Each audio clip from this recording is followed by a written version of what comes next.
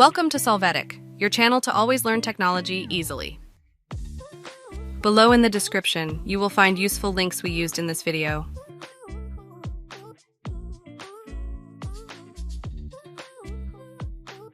Today in Solvetic, we will see how to change cursor mouse color Windows 11 without software.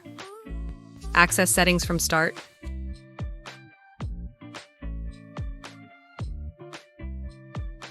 Now you will go to the accessibility section and there, locate the interaction field and then open the mouse option.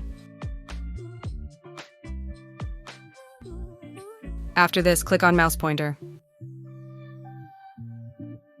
There, in mouse pointer style, you can see some established designs. Click on custom. It is possible to choose one of the colors that Windows offers you, or click on choose another color, and from the color palette choose the color you want for your mouse.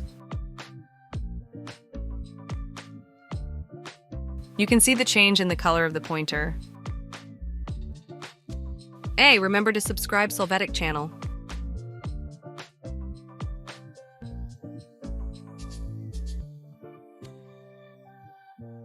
We hope it has been helpful for you. Here are links to watch more videos of your interest and subscribe to the Solvetic channel. Thank you.